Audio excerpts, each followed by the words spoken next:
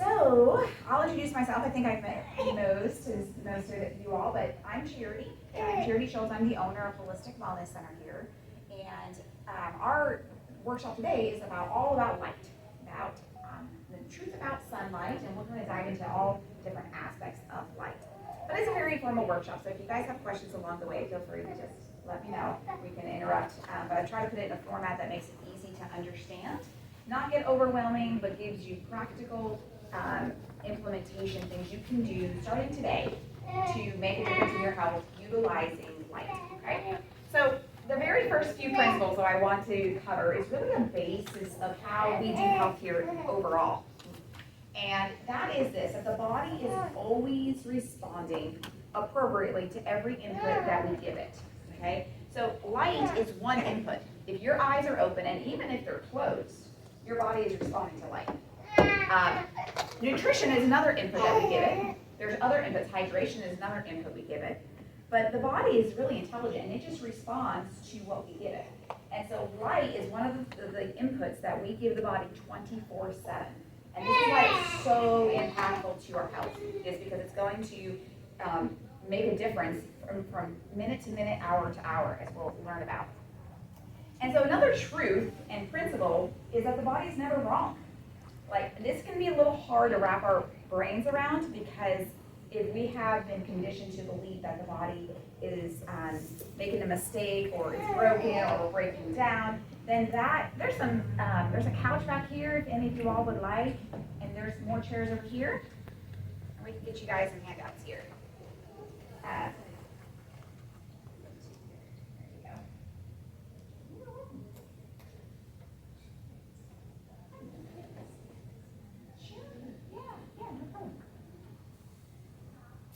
So another really important truth is that the body is always working for you. It's never working against you. And this is why it's important to go back to the first one, is that it's just responding to what we give it. Okay? So if we want a different response in the body, we have to change the input. Okay? But those are fundamental truths across all of aspects of health, is that your body loves you and is always trying to heal and always trying to bring you back to a place of balance, or what we call homeostasis. And from those truths, we can look at light, okay? But if we look at light from the perspective that our bodies are broken, or there's something wrong with us, then it's going to be hard to see this perspective in a different light, okay? So, yeah, that was no pun intended, it just came out that way, that worked out good. So one of the other principles I want to cover is your body uses natural light to regulate your circadian rhythm. Has anyone heard of the circadian rhythm before? You people? Okay. We're going to dive into that because that's a really important piece of our health. The other principle here is we rise with the light and we rest with the dark. So we're going to cover this principle today because that's how God designed nature. When the sun comes up, we're supposed to get up. And when the sun goes down, we're supposed to go to sleep. Okay? That's, in a nutshell, what the circadian rhythm is all about. We'll dive into it a little bit deeper, but really, you could just think about that. That's how we were designed to interact with light. The next principle we're going to cover is natural light needs to come through the eyes without barrier. Okay? We're going to talk about that today. And then artificial light, the role that artificial light plays in the body and what it does to our circadian rhythm. And then we're going to talk about how the sun provides healing at all times of the day. And at which time of the day do we get what benefits? And then how does our body create natural sunscreen? Right? If our bodies aren't broken, then surely we can interact with the sun in a safe and healthy way. And we'll teach you how to do that. All right? So let's go. Principle number 1 is all about the circadian rhythm here, okay? So your eyes are an extension of your brain. So when light comes into the eyes, there's photoreceptors that are instantly going to impact your hypothalamus. Okay? Your hypothalamus, inside of the hypothalamus, which is a really, really tiny gland in the brain, but inside of the hypothalamus is what we call, a big fancy word, the suprachiasmatic nucleus. We'll just shorten it to the SCN, okay? And inside of that SCN is where your biological clock is. And that's where your circadian rhythm gets in sync, okay? So light enters the eyes. You can see here we have light coming into the eyes. It's going to instantly hit your hypothalamus. And inside the hypothalamus is where your biological clock is, all right? So that biological clock is where that circadian rhythm is set. That's your sleep-wake cycles, okay? So why is circadian rhythm important? Why does it even matter, right? Our bodies were designed to do certain functions at certain times of the day. So you'll see there on the chart, when the sun is out and when the sun is up, our melatonin declines and we get ready to have a bowel movement, okay? Our cortisol, that's our stress hormone that gets released, it rises to get us out of bed in the morning, okay? It's your gas pedal in the body. It's designed to get you up and going. So your body will do these things on point, on time, when the circadian rhythm is in sync, because it's got these functions designed to do this, okay? At the same time, when you go to sleep, the cortisol drops, your melatonin increases, and then you can get a good night's sleep and do all this rejuvenation and repair if the circadian rhythm is in sync. Okay, just like your car. You've got a gas and a brake. To get here today safely, you had to use both the gas and the brake. But if you're driving down the road, you're not going to get the oil change done, the tires rotated, and the tune-up stuff. The car has to be parked for all that to happen. And in the body, those repair mechanisms can only really truly happen deeply when we're sleeping. That's when the body gets to work. You got all these little elves in your body that when you go to sleep, that melatonin comes up and you're like, let's do this and clean the brain up and restore the liver and okay, got it. Now wake up again and cortisol comes up and you go out and do your daily activities. Okay, it's really, really intelligent. But these are only optimally working when the circadian rhythm is synced up correctly. All right. So without a synced circadian rhythm, you got chaos. I put here, there's a picture of like an airport schedule screen, right? The airport, when you're at the airport getting ready for a flight, everything at the airport, you've got all these gates, planes coming in and out on the runway, everything has to work up pretty closely or there's a bunch of chaos at the airport, okay? And just like that in the body, if the circadian rhythm is not synced correctly, you have a bunch of chaos and inflammation starting in the body because all these functions are now not working like they should. You think of constipation, right? If you are not synced properly, then that early bowel movement that the body's designed to have may not happen, okay? Then you get this whole cascade just from along that one function. So this is why it's important, and then what happens when it's not there. On the next page is a snapshot of a variety of different studies. And I put them there because I really wanted to make this information practical. But if you are one that likes to pull up studies and go deeper, I wanted to provide ways that you can do that. Okay, so you can literally just start Googling some of these and pull up the studies yourself. And it will talk about the impact that circadian rhythm has on the body in all various aspects. The GI digestive tract is very much impacted by circadian rhythm. So any sort of digestion issues, you really want to really understand that so that you can see the importance of applying these principles, okay? But I want to take you down to the picture at the bottom, okay? Can you spot the difference? So let's talk about light a little bit, right? It's an input that we get.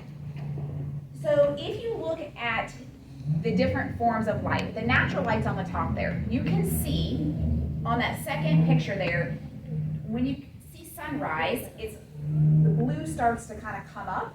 And then as the day goes on, all the way to sunset, you've got more red. Okay, this is the natural spectrum of light when we interact with it in nature. In the morning, when you first get up, there's a lot of blue that the sky starts to emit. And that blue light gets us going for the day. Okay, it increases your cortisol so that you can get energized to do your daily tasks. There's a lot of other things that we'll dive into, but that's what blue light really helps us with.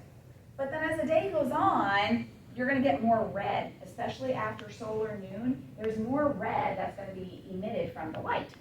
And that red is very calming to the body. Okay, so it's got this beautiful rhythm that it goes through.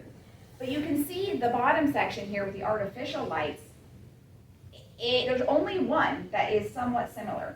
Do you see that? All the other, the LEDs and the fluorescents, they're not in sync with the way that natural light has that rhythm. And this is what can disrupt our circadian rhythm really, really heavily, okay? And unfortunately, these days, we tend to be indoors more underneath these fluorescent lights, right? And these fluorescent lights are the worst out of all the categories, right? And so this is why you have to be really cautious of your exposure, but also maximizing your natural light exposure so you can get closer to the one on top, okay? So you want to follow the natural rhythm that nature gives us. All right, so we're going to go to the next page there. And it's on how does light impact hormones, okay? So if you remember, we talked about the light goes in the eyes, it instantly is going to hit the hypothalamus in the brain. But why does that matter for hormones? Well, the hypothalamus is a really critical key player in this hormone production in your body, okay? If you see there, you can see you have your hypothalamus, and then from your hypothalamus, all these other hormones. Whether it's your thyroid, it goes from the hypothalamus to the pituitary to your thyroid. Whether it's the adrenal axis, hypothalamus, pituitary, adrenals, or you have your gonads, which are your sex hormones, so testosterone, estrogen, progesterone, all of that starts at the hypothalamus, okay? So you can think of your hypothalamus as the conductor of an orchestra. And if the conductor decides to go to sleep or is not on the game, what happens to that music? It's a little wacky, right? It's not in sync and it's not balanced. And so if we are not getting the right inputs in from our light during the daytime, guess what happens to our hormones? They're also not in sync and not balanced. Right? Everyone following me here?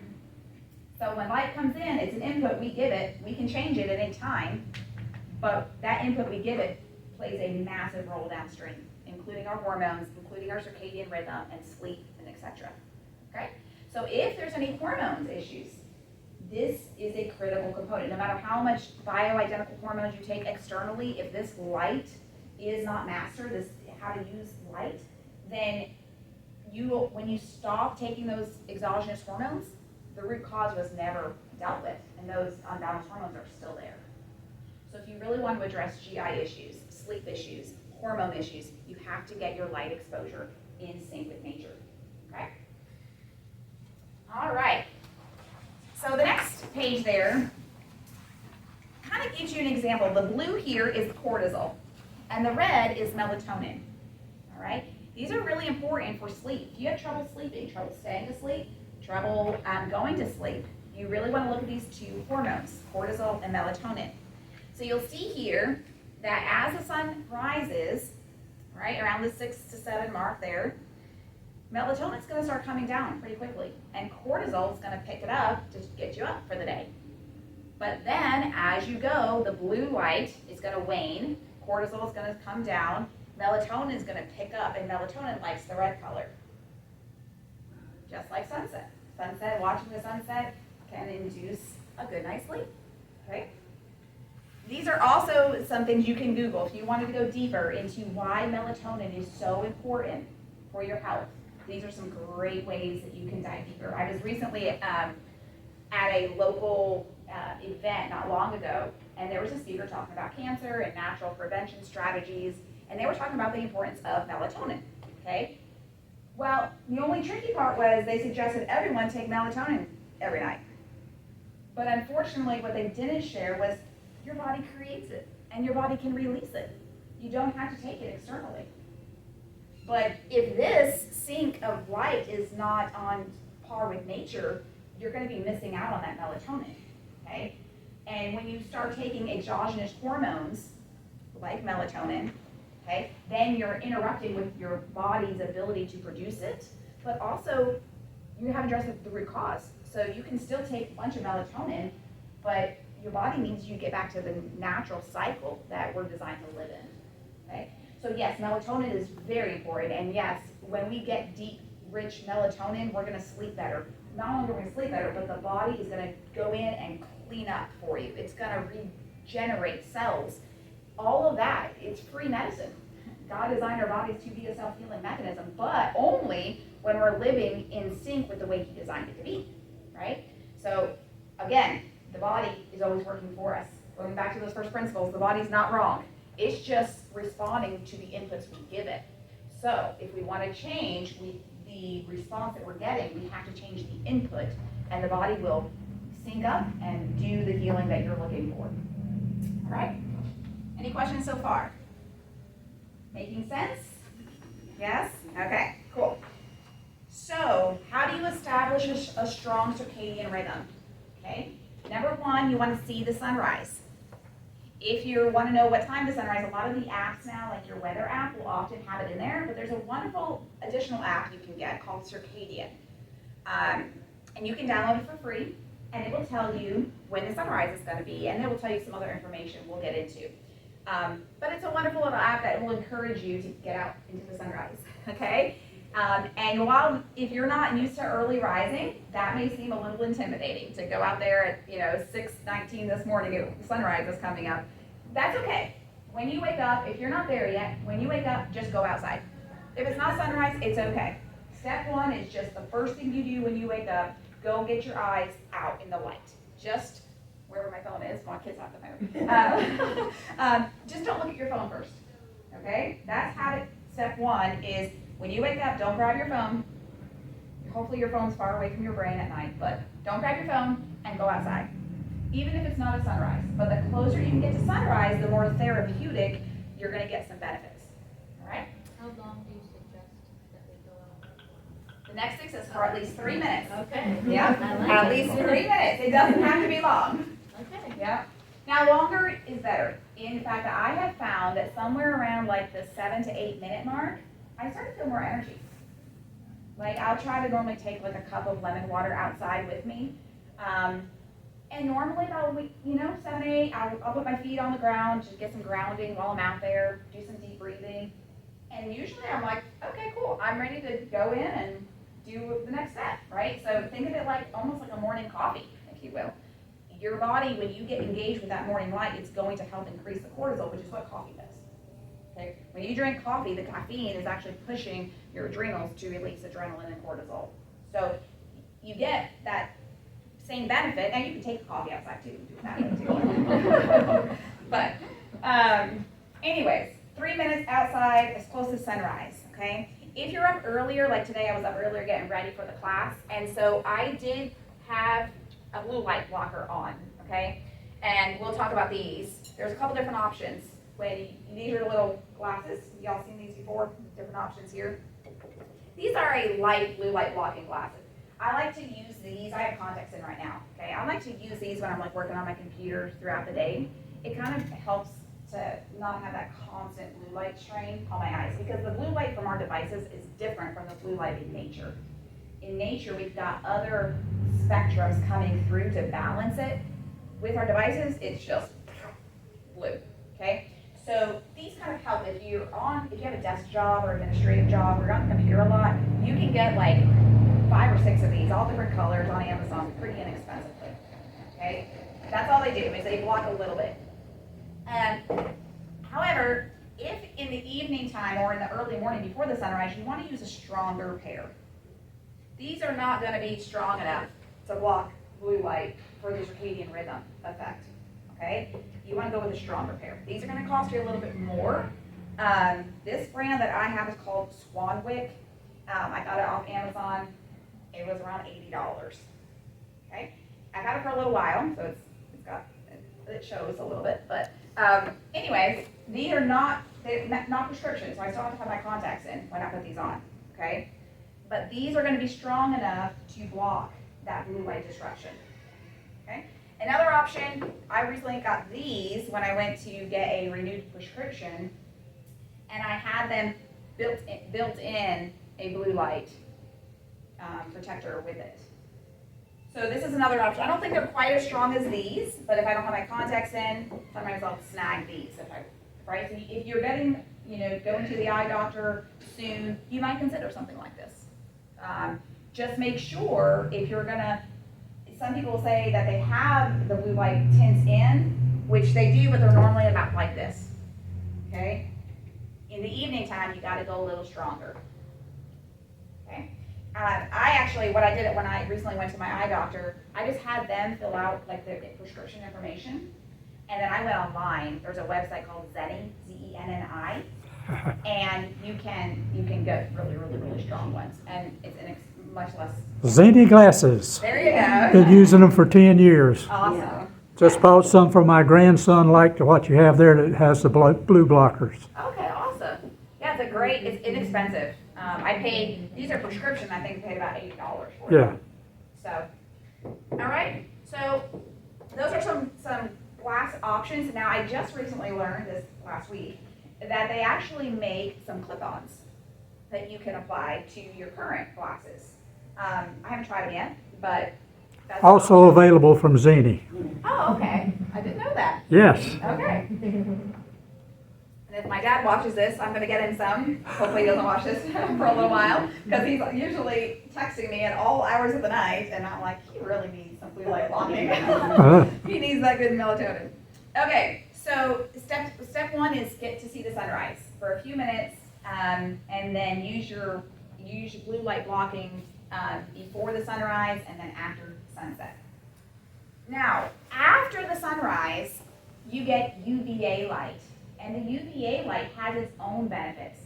This is before high solar noon, okay? This is like usually around between like 8 and 10, 11 a.m. This is the sun that feels good. This is where your serotonin is going to increase. Serotonin is a neurotransmitter that really just helps you feel good. So most people, when they're in the sunlight during this time, they feel the difference, okay? The sunrise, you're gonna get a very deep therapeutic benefit to a lot of functions in the body.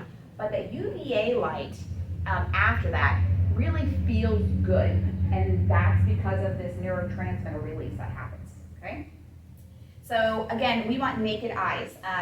If you can make sure that before you go outside, your contacts aren't in, that's really better, because these are a barrier, okay? The same thing with, I was recommending to a client to go outside in the morning light, and he came back and we started troubleshooting because he wasn't really getting the benefits, and I realized he was wearing sunglasses when he went out in the morning light. But that is a barrier. So, and we're gonna talk about sunglasses in a little bit when it comes to later on in the day, but you don't wanna wear any glasses if possible, especially no sunglasses. And you want to be in direct light exposure. So kitchen windows, while it feels good to stand in front of the kitchen window, the therapeutic benefit is not going to be there. So you open the window, which in the wintertime it can be a wonderful way to do it. I have literally opened my screen door and been with a blanket and just see the light that way. You can do it a lot of different ways, but you got to get the glass out of the way.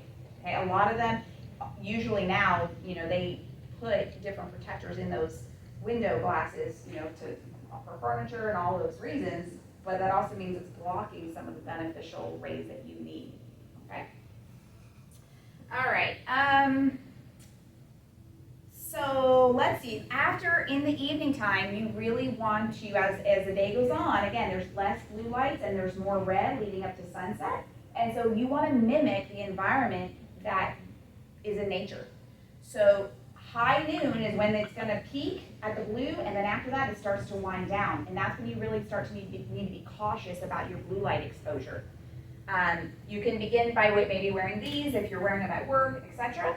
But then usually after about 6 p.m. it's really when you want to start dimming lights in the house. Especially if you have LED lights, you want to minimize your exposure and just start winding down. Have you all seen like the salt lamps? You've seen the salt lamp? There's one in the massage room. They're great because they're aesthetic, but they also give off that red light, which is very calming, and it's going to help. So if you get a few of those salt lamps around, that's another great way to light the house, okay? This right here is my nightstand lamp, and it's got 3 different levels, but this is like an amber red. So since right now with the baby and nursing at night, I didn't want something that was going to be bright blue light, and I get up, and then my melatonin suppresses because of that, and then I have trouble sleeping. So this has been a really cool little gadget. This is from blockbluelight.com, and they do have other glasses and other bulbs you can get as well. Okay, but that's one, and it's a rechargeable one. Another thing you can do at night, this is a red, so I sent my husband a Tractor Supply this morning. I had done this before, but it broke, and I was needing a new one. So this is a heat lamp. You might have seen this if you've ever lived on a farm. Chicken brooder heat lamp, okay? This will actually help. I mean, you can actually start right here. okay, for like 20 bucks, you can go and get a little setup. And this bulb you can plug in, and then you can take this and clamp it on a chair. You can clamp it, I've clamped it on like my kitchen chair before. It looks a little redneck, but it's all good. If you're talking about inexpensive, this is about the cheapest you can do for red light therapy, okay? But you can literally plug it in and turn it on and eat dinner with red light. Or a candle is even better. A candle is wonderful because it's like a campfire, right? It's going to be very calming to the body, and beeswax candles would be the way to go if you're going to do that option, okay? But you can literally do this. You can clamp it on, and I've done this before. I clamped it on the high chair, and then you can even lay down and get your own red light therapy on your bed using this. We do have a full red light panel here at the office. There's wonderful benefits when it comes to the red light directly on the skin, but that's a wonderful way that you can implement it at home, okay? All right, now we're gonna go into the hot topic of daytime sunlight and skin cancer, and what do you do about that? Because doesn't the sun emit this UV light that causes cancer? Okay, that's what we've been told for a very, very long time. So that idea didn't really become popular until like the 1920s. And sunscreen never hit the shelf until 1930s. So what were we doing for all the other thousands of years prior to 1920 and 1930? Well, most people had animals, right? So they were outside in the morning, and we're gonna talk about why that's important for midday light.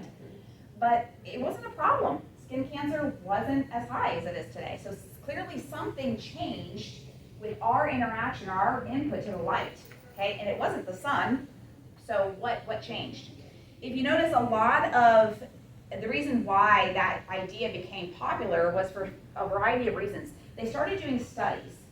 And you know, sometimes when we see a headline and it says, this study shows this, it gets clickbait sometimes, but unless you actually open the study, you start reading the fine details. How they do the study matters, right? They can do any study to prove anything, because sometimes they start out with what they want the study to show. Unfortunately, who's doing the study matters. Who's funding the study matters even more. And you really want to look into that information. And so when they were doing these studies, they were using rats and animals, and they were giving them a lot of artificial light. It was not the same as natural light. Because again, the blue lights in nature are different than the blue lights from LEDs and fluorescents. So if you wanted to do a true study, we have to keep the variables as close to what they should be, right? So always, when you see those headlines pop up, go a little bit deeper, find out who's paying for it, what's the agenda behind it, and then you have to decide for yourself what's true and what you experience in life to be, all right? Government agencies started funding some of these studies. So again, when there's a reasoning behind it, you can start to see, does the sun cause cancer? Let's dive into that, okay? So on the next page, you'll see some of these studies that they did, like we talked about. They were using, starting in 1928 all the way down to 1940, that you can see they were not using natural sunlight to do these studies. They were using artificial indoor lighting. And when they did that, skin cancer increased, okay? We already know that these lights do not have the same wavelengths as natural light, okay? They suppress melatonin, and when you have suppressed melatonin for ongoing, your body can't heal, your body can't rejuvenate, and guess what happens? Cancer develops, right? So that's why melatonin is used in many natural prevention strategies and healing cancer strategies, but it's often because the circadian rhythm is not in sync in that person's life. And rats did the same thing. When they had them under that light for days on end, there are studies showing that when we sleep with night lights in our environment and we're not in a complete dark environment, our melatonin is disrupted a little bit, and that can lead to cancer of some kind, all right? Maybe hormone-driven cancer like prostate and breast cancer. But again, then we go back to the hormones. Well, we know the hypothalamus is impacted by our light exposure, right? It's all connected. So this is why when you look at studies, you've got to look at what it is, that the factors and variables that they've used in the study.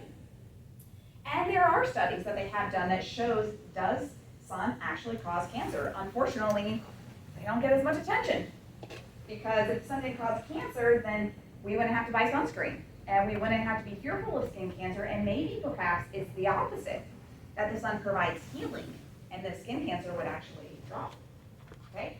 So let's go on to the next page a little bit. One of the things that is often gets talked about is vitamin D, right? And this is the paradox when it comes to cancer, right? We know that melatonin, the better, stronger melatonin is at night, the better your body heals, it detoxes, it does all these things. But then there's vitamin D, and even a conventional medicine doctor will tell you you need high vitamin D to prevent cancer or to heal cancer. So here's a supplement to get your vitamin D. But if you go in the sun, you're gonna get cancer. Like, that doesn't, yeah. It's like, those are very two things. You're telling me to take the supplement to get vitamin D, but don't go in the sun because I'm gonna get cancer. Like, how is that possible? One of those has to be in contradictory to the other, okay? We need vitamin D, yes, but how do we get vitamin D? Through the sun, right? And how do you maximize that absorption? And how do you do that without burning, right? Those are all very important things. But why not get vitamin D from the sun versus in a supplement form? Because how do you know what's really in that supplement, right? And vitamin D is actually a hormone, just like melatonin. So should we be taking vitamin D orally, or should we be getting all the other benefits that we get when we go outside, like fresh air? We know from studies that mice, they grow tumors twice as fast being indoors than they are outdoors. Twice as fast. You get several factors. You get grounding, you get fresh air, and you get sunlight. You get 3 powerful medicines. So if you're inside just taking vitamin D and you're avoiding outdoors, is that the best strategy for your body to be able to heal? Okay? So vitamin D is important, but it has to be absorbed, and that's going to be midday sun. All right? Now, here comes the question then. But in the midday sun, you have a lot of UV rays. Okay, and this is where it's like, put on the sunscreen. But if you put on the sunscreen, you can't absorb vitamin D. And not only that, have you all read the labels of sunscreen? 2 weeks ago, my kids were getting ready to go to church camp, and on the list was sunscreen. And I was like cringing, like, oh, I'm like, what do I do, you know? What do I do? I'm like, I'm gonna go to Walgreens and I'm gonna find a natural sunscreen. So there's this wonderful app, if you've ever heard of it, called the Yucca app, or Yucca app, Y-U-K-A. I don't know how it's pronounced. I've heard it both ways. But anyways, you can scan products and see what's in the ingredients of skincare products. So I was like, I'll just do that. I scanned all of these products of sunscreen, all the ones that said minerals and more natural, and they were all horrible. They were all horrible. They all had toxins in them. And I was like, I'm not buying any of these.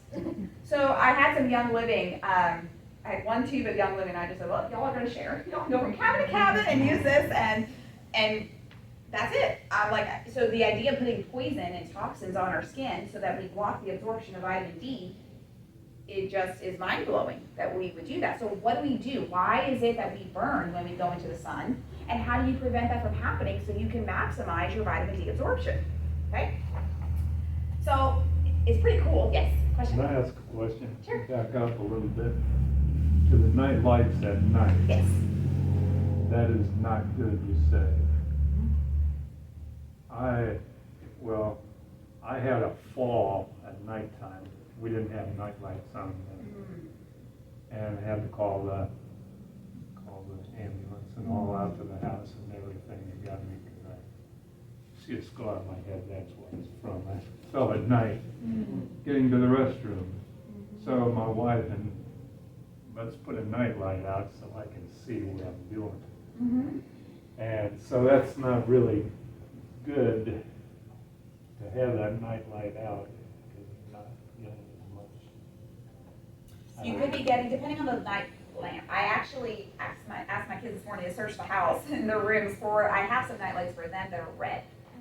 But they couldn't find one, so I don't have to demonstrate. But it's a plug-in that I got on Amazon for there's like a 3-pack for very inexpensively, and you can plug it into the hallway or where you are. I would recommend, one, try not to do too many, because still we're designed to sleep in total darkness, but the red is a much better solution, because you'll be able to see when you get up. Or you can get something like this, where when you do get up, you at least, because this in a totally dark room is actually pretty sufficient when I'm getting up in the night constantly right now. So you might, and I'll just tap it on before I go into the crib and get the baby, and then I can tap it off. So that's what I've done, but for my kids, I have gotten the plug-in red light option for night. I faced a similar situation and I found one that was motion sensitive Oh. and it cuts off if you move. It's in the area, it picks up, then it turns the light on and it stays on. You can set it for stay on 30 seconds or a minute or whatever such as that. But that might work in that situation as well. And is that red? Like a red light motion It's sensor? just a regular LED light, but it has a motion sensor on it, so you're only exposed to that for a little while, but in the middle of the night, that's probably not the best color. Yeah, well, you might, and I think on block blue light, they have bulbs, like the Edison light bulbs are gonna be the best ones for daytime use. But I think you can probably, depending on like the size, you might exchange it out. So if you get a motion sensor option and then just change out the bulb for a more red one, that would probably get you the best of both worlds, you know? So either tapping it to turn it on, so it's only temporarily, you know, because as soon as I get back in bed, I'm turning this off. Okay. That's a great question. Okay, so we have this other wonderful thing that happens. When we're in the morning light, something gets generated to help our skin. It's called melanin, okay? Melanin is your natural sunscreen protection. So your body is designed to give you sunscreen. But it does that when we're in the morning light and when we don't have barriers on our eyes, okay? So if we're wearing sunglasses throughout the day, our eyes cannot take in the intensity of the light. Therefore, it doesn't know how much melanin to produce at your skin. And so guess what happens? You burn more easily, okay? So melanin is your friend. You get it by being in the morning light. It begins to store it for you, create it, and it will release it at the appropriate times. That's how smart your body is. It will release the appropriate amount. If we block the input, if we have sunglasses on, okay, and I no shame or judgment, I used to wear sunglasses all the time outdoors, and I used to wear them indoors because I was so sensitive to the light. Okay, but that's normally a sign of adrenal health is tanked. Okay, and that means that I was barely spending any time outside at that point in my life. And so my eyes were very sensitive because they hadn't seen like, oh, what is this light out here? I was behind a computer all day or working in the house all day. And so I rarely went outside. That is really unhealthy, okay? But that's where I was a couple of years ago. So if you wear sunglasses a lot, start with a few minutes and then keep increasing it. Let your eyes take them, you know. Now I don't even own a pair of sunglasses anymore. I just use my visor when I'm driving, but you can put maybe some sunglasses while you're driving to stay safe. But just recognize that we were not created with sunglasses on our head. Okay? Our eyes have to know because of the light. Charity, what about photochromic lenses that change? Transition? Yeah, so I have seen several clients with transition glasses and their hormones are normally tanked. Because without thinking about it, you go outside and no sunlight, right?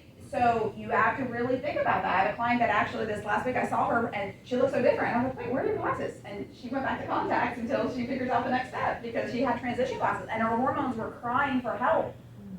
And so she just decided she's gonna just not do the transition ones right now. Okay? So again, the dermatologist probably not gonna tell you these things. But your body knows how to give you protection. It knows how to sync all of this. Unfortunately, us humans, have disrupted this process with artificial lights, with sunglasses, and then adding sunscreen all on top of that. So you're on the beach, which when you're on the beach, that UV light is going to reflect off the sand, and it's even more intense than it is with grass. Okay, it's super intense with snow. We don't really have to worry about too much of that here, but because of the light color, right? So think about it. You go to the beach, you go to vacation, you got your sunglasses on, you slather with sunscreen, and you're just sitting on the beach. Are you really, now there's grounding, it's relaxing, you get all the ions from the sand, that's wonderful, but are you maximizing the sunlight's healing effect on you, or are you poisoning yourself? Okay? So we get to change the inputs. Again, the body is always working for us. That is a truth. The body is designed to do this job wonderfully. We just have to get out of the way and change the inputs so that we can then get the feeling that we're looking for. Okay? What about the reflection off of a lake for fishermen or people that go to the lake in the summertime a good bit? What impact does it have, the reflection off of water?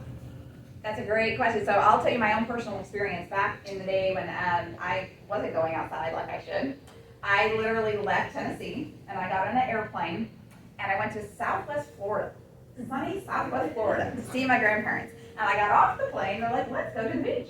All right. I was still wearing sunglasses at the time. So here I am, white as a ghost, because I never see the light of day.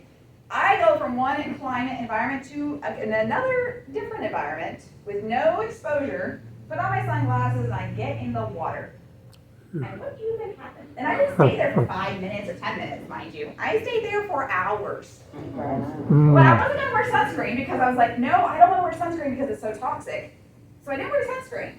But do you think my body was ready to do that? No, it wasn't. And I was like, the next day, I was walking down to Walgreens about a mile from my grandparents' house looking for everything that was somewhat natural to put on my skin because I was in so much pain. Okay? That's not healthy either. But was that the sun's fault? No. That A was quart of aloe vera. Yeah, there's this wonderful cream. It's got aloe vera, calendula, like several other things, and I was just lathering it on me. But that's not the sun's fault. That was because I interacted with such a powerful medicine in a very unwise way. I did not prepare my body. I was living against nature's rhythm. So I can't blame the sun. The sun didn't really cause that. There's a difference between the word correlation and causation. We get it mixed up a little bit. Okay, we do this with several things. But the sun is a massive one that we do. We said the sun can cause skin cancer. But just because I was unwise and I had all these other variables, there's a correlation there. The sun was a variable. But if I had changed a few things on my end, I could have enjoyed that sun with no problem. And now I do. I haven't worn sunscreen and I haven't been sunburned in the last several years. Okay? So again, I had to change my activity and change my interaction with the sun. Okay, and we're going to teach you how to do that. But it requires some patience. Okay? And that's hard. And my daughter is trying to build up a tan, you know? And so the other day, she goes out, but she fell asleep. Well, guess what happens? You know, she's like, I was trying to speed up the process. I'm like, you can't do that though with nature. You gotta be patient, you know? So there she is with a little bit of burn on her stomach. Is that the sun's fault? No, it's not. We can't blame the sun because we did not abide by the principles. Okay? So how do we interact with the sun safely to get that vitamin D absorption in the middle of the day? Now there's another cool handy app. You don't have to use apps, but if you wanted to kind of help you, there's another app called the D-Minder app. And you can put in your location, you can put in the time of, it'll show you based on the time of day, where you're located at, how much vitamin D you're gonna absorb in 20 minutes, 30 minutes, etc. Okay, so it's gonna detect the UV rays, and it could be a tool that you can use to interact with the sun safely. But number one rule is you have to build exposure slowly.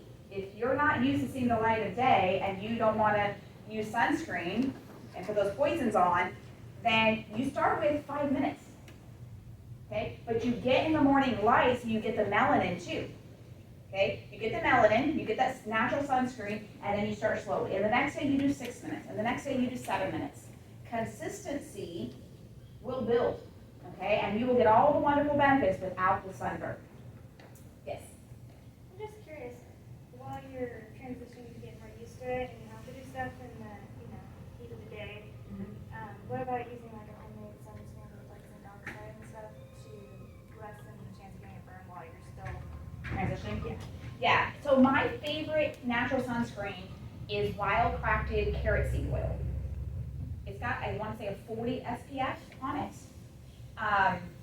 So that's what I would recommend even over zinc oxide. But you can make your own zinc oxide one with like beef tallow. I saw someone do that the other day with beef. There's some really good clean ones. Beef tallow, I think it was olive oil and zinc oxide. Not a crazy fan of zinc oxide myself. But that's an option, or wild crafted kerosene oil will do the job too. Long crafted. Yeah. And wearing a thin long sleeve, wearing a wide brimmed hat, those are things. And then if you're outside, taking a break every few minutes, going indoors. And I'm gonna tell you some other tips that you can utilize too, if you don't have that time to build up. Because ideally you wanna be building this up starting, every day you wanna see the sunrise, whether it's dead of winter or spring or summer.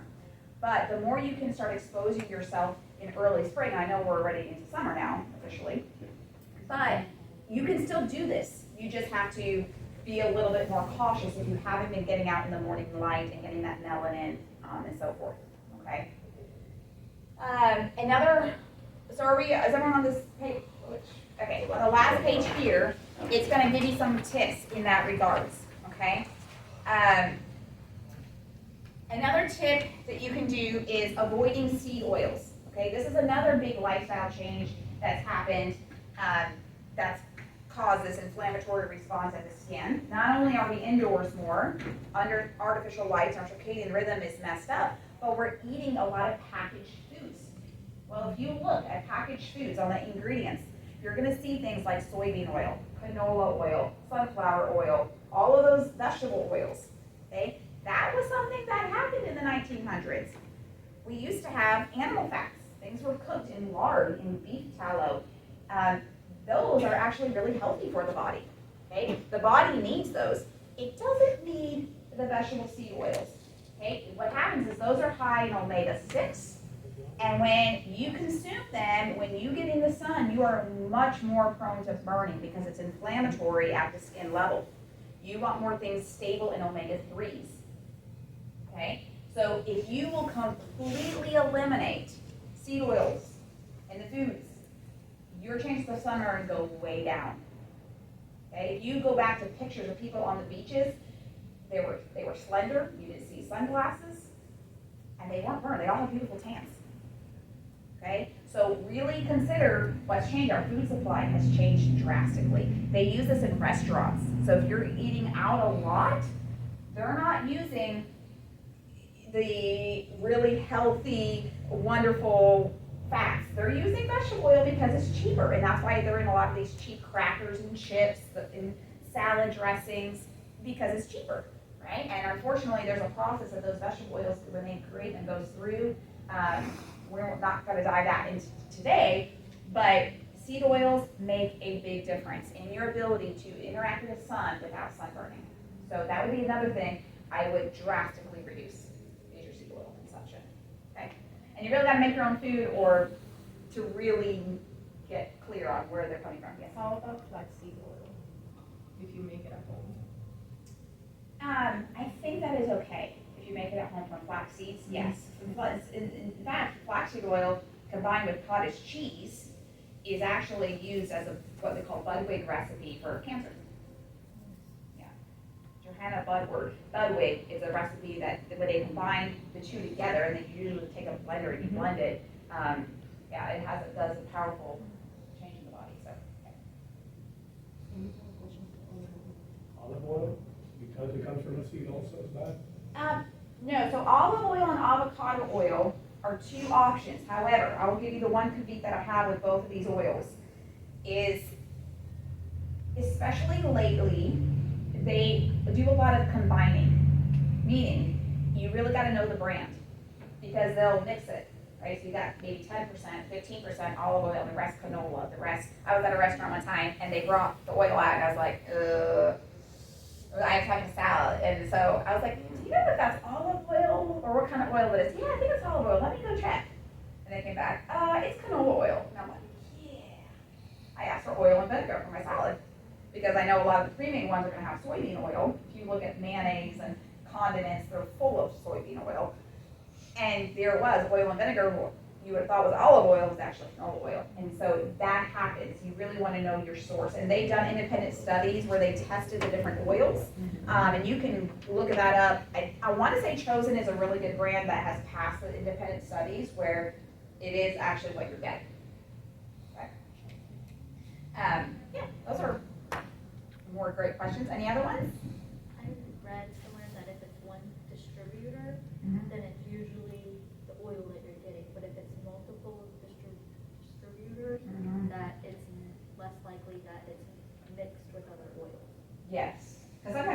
big That's true. vat and they're just, Yeah. yeah. And then, of course, as soon as you get more than one supplier, Yeah. you gotta then independently, Right. that all those. So I have heard that as well. How about sesame seed oil the same, like doing it at home? Yeah.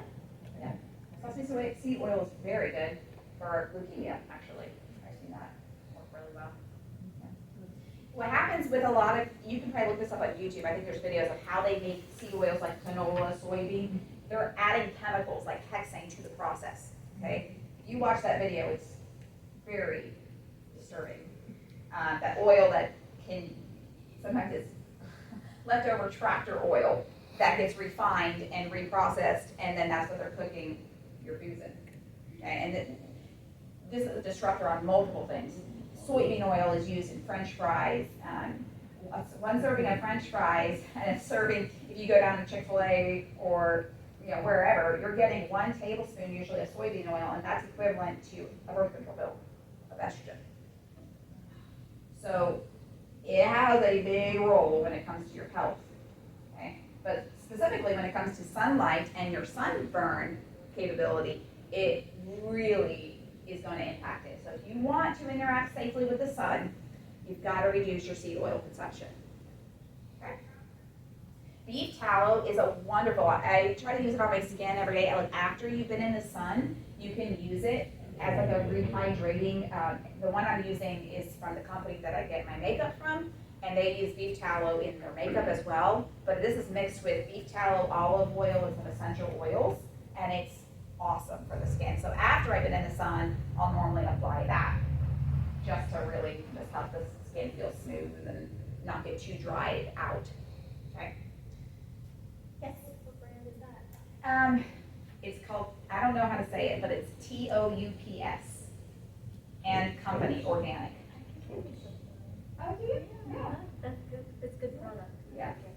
TOUPS and Co. And they have natural deodorant, it's an unscented one that my husband uses, and it's beef tallow with, I want to say maybe coconut oil, I'm not sure, but they have other options too. All right, so another option too is calcium and Cataplex F, yes. Could you describe beef tallow? Yeah, so beef tallow is beef fat, rendered beef fat. Yes. I was just from the farmer's market, and there's a man set up a stand today with grass-fed beef and everything like that, but he's selling beef tallow for Yes. cooking or for skin. Yes. Have you ever seen that one? I don't know. He says today was his first time setting up. Oh, okay. I've not met him before. We have had beef tallow before. We needed probably, I don't think we have any on the shelf. Do we have any on the shelf, Terry? We have had it here before from grass-fed beef tallow. But yes, I know there's some people around here that are making lotions. I bought some from him just to see what it was like, but Yeah. I've taken some beef tallow that we had here and I've added lavender. He had frankincense in it too. Okay.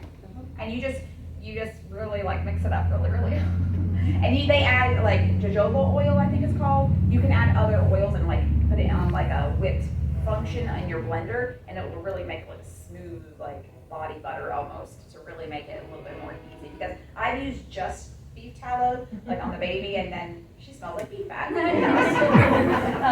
Anyways, you may not want to smell like that, so there are other things you can. And lavender's great for the skin, frankincenses as well. Yeah, you can vary it up.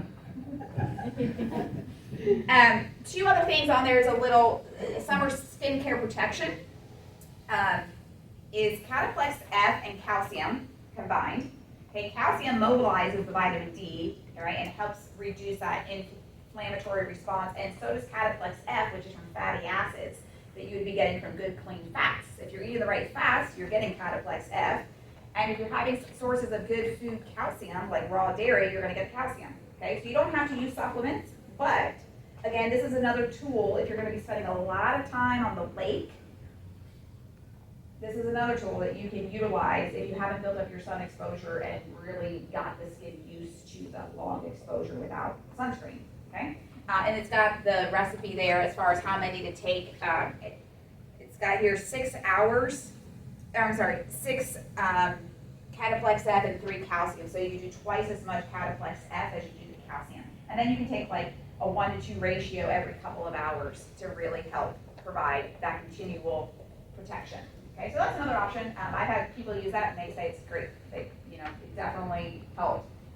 Also something to be mindful of, certain medications reduce calcium in the body, like a very popular thyroid medication that a lot of people are on, one of the most popular medications in the US right now. And it depletes calcium in your body. You are more prone to sunburn if you're taking that medication. Would that be levothyroxine? It would be, yes. Yep. So you really, that's another thing. So when we look at why are there skin cancer rising, well, now you know. We've disrupted our natural circadian rhythm. We don't get in the morning light, so we don't get our own natural sunscreen like melanin. We're eating processed foods with seed oils, and we're taking a lot of medications that deplete our body's ability to interact safely. Okay, so again, back to the very first principles, the body is never wrong. It just responds perfectly to the inputs that we give it. And if we want a different response, we have to change the inputs to line up more with how God created nature. Okay, because He created our bodies to be a self-healing mechanism. That is 100% true. But if we really believe that, then we have to apply the principle so it actually can self-heal. Otherwise, it is going to be breaking down. Because if your car does not get oil change done, guess what happens? You're driving down the road and it just decides to stop. It's like, I'm done. You didn't change the oil. I'm done. The engine blew and good luck trying to move me, right? The body does the same thing. If you go years with improper melatonin production, if you go years without the benefits of getting the sunlight, then guess what the body says? I'm done. I'm going to give you so much pain and so much fatigue, I'm going to put you in bed so you can't get out of bed. Like, the body has this intelligence that it does this so that we can actually go back to sleep, so it can do this deeper healing inside, right? So when there's something that you don't understand about the body, just pause and remember, okay, what is my body trying to tell me, and what do I need to change so that my body can heal, because my body knows how to heal. And that is how you can work with the body instead of against it and really reach that optimal health. A couple things that we didn't dive into a whole lot because we're out of time, but there's a couple other ways that sunlight protects the body, and I would highly recommend this book. Now, it is a classic book, and I don't think it's in print anymore, but you can probably get copies on eBay. It was written by a doctor way back in, let's see. Well, this is 1980 for this edition here, but Zane Kine.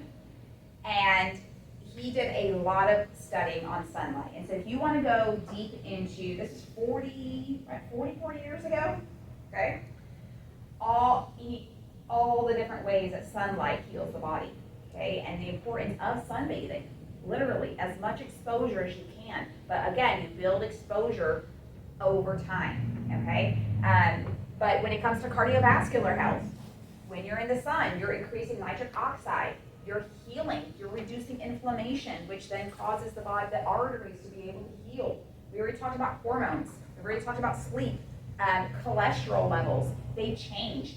Another thing that happens when you're in the sunlight is something called the leptin hormone, which helps you feel satisfied with your food, okay? If you get into the sunlight, it helps to regulate the leptin hormone. So they have done studies where all they changed was sunlight exposure, and people lost weight. That's all they did. Because you feel better, less inflamed, the body's circadian rhythm's in balance, and the leptin hormone goes back into par, and your hormones get balanced. And the body's able to heal. And then the body lets go of the weight that it was holding on to. So many benefits happen from sunlight that we avoid because of something that we've been told that may not exactly be the truth. So you've got to dig a little bit deeper than the headlines and then decide for yourself. Like even what I said today, that's why I put some of those headlines of the studies so that you can then go Google them and you can then read and decide, what do I believe? What is true? What's been my experience? Can I experience some light and see what happens for me? And then when you experience it, and that is the best way to really taste it and see, does this medicine work for me? And then how do I do it safely? All right? Well, there you are. That's it. One more question, if you don't mind. Go for it. You mentioned the hypothalamus as the conductor of the orchestra for our body on that. How does the hypothalamus change with age? Well, that's a good question. I don't know that I know the answer fully. I've never really looked at it per se from just the age factor. However, I will say that as we age, oftentimes from clients that I have seen that are elderly, they've had several experiences with skin cancer along the way, melanomas of some kind. And then their dermatologist tells them, this is more important than ever that you wear sunscreen, more than ever, that you stay out of the sun, more than ever. So how does that, as years build and they have applied those things that they have been told, how does that impact the hypothalamus? I would look at it not so much from a number perspective, but rather than what has been practicing in their life over the years that has led to the hypothalamus not being able to do its job well. The other factor is hypothalamus is very sensitive to stress. So again, as we age, if we're accumulating stress in the body from stressors that have not been dealt with, that can also affect the hormones. But I would say it's probably more due to the practices of how the person is living. Yeah, a lot of our hormones, as we grow older, our body's output of those diminishes. You see all these curves, things such as that illustrate that. Didn't know if the hypothalamus was similarly affected. I wouldn't say it in that. No, I would not assume, but I don't want to assume either. But I will say that I do know, for instance, with women's health, when they go through menopause, the ovaries retire and give the job to the adrenals. Okay, so we see this happen a lot where if you were under a lot of stress leading up to the menopause stage, then it becomes very challenging, that transition, because the adrenals are taxed, right? But the hypothalamus still plays a big role. The more that you expose yourself to sunlight, even at menopause, the hypothalamus pituitary adrenal axis is still alive and working well. So if you can help support that, then all of a sudden your menopause symptoms subside. So yeah, there's still a lot of functions that happen in the pituitary and the adrenals as you get older. Maybe some of the sex hormones diminish because your body's not worried about creating life at that age. But the other functions of the body are still, still within function. Okay, thank you. Yeah, you're welcome. Awesome. Any other questions? No? Okay. Well, you all are free to explore. We mentioned the red light therapy, similar as it relates to nature, but that is something fairly new that we've added here is a full body red light panel in this area over here, and then underneath it is PEMF, which is similar to grounding. So that's something that we may have a few spots open this afternoon if anyone would like to try it. Usually a session is about 20 to 30 minutes. Maximum is 30 minutes on the red light, but you can stay on the PEMF mat longer than that. So that's something newer that we've been adding just to help support some of the benefits. But just know you can get outside today, put your feet on the grass, and you'll get your grounding. And then you can enjoy the sunlight and the sunset, and you'll get your red light. So you can go home and do that therapy all the time. But it's available here in a little bit more accelerated form. Okay. A quick pitch on that as well.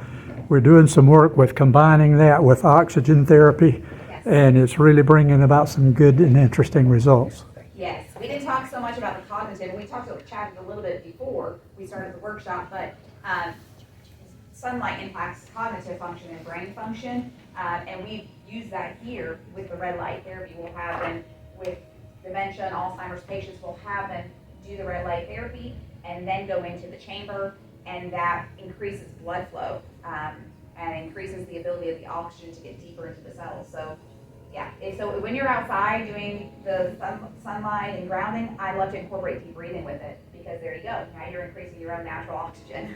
So all these therapies are found for free in your life in nature, and I would encourage you to start implementing them. Remember, consistency is better than perfection, okay? So a couple minutes every day is better than 30 minutes once a month. So if you can just do 3 minutes a day of sunrise, 3 minutes a day of deep breathing, 3 minutes of grounding, start there, and then slowly build, okay? But once you get into the habit, your body will crave it, and your body will tell you when you start to miss it.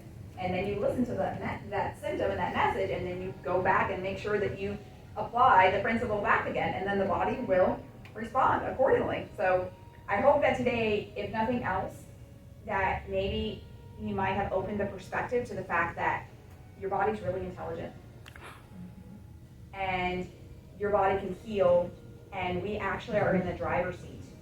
So even when it comes to genes, which we hear a lot about, you know, my parents have skin cancer, or cardiovascular disease, or diabetes, and all of these things, just recognize that often what happens is the habits get passed down. The foods that we eat. If your parents were more likely to buy packaged foods with seed oils, you're more likely to buy them too, right? If your parents stayed indoors more, you're more likely to stay indoors more. But you can change these things, and then the body will respond, because genes are only like a blueprint of your life. They are not the end all be all.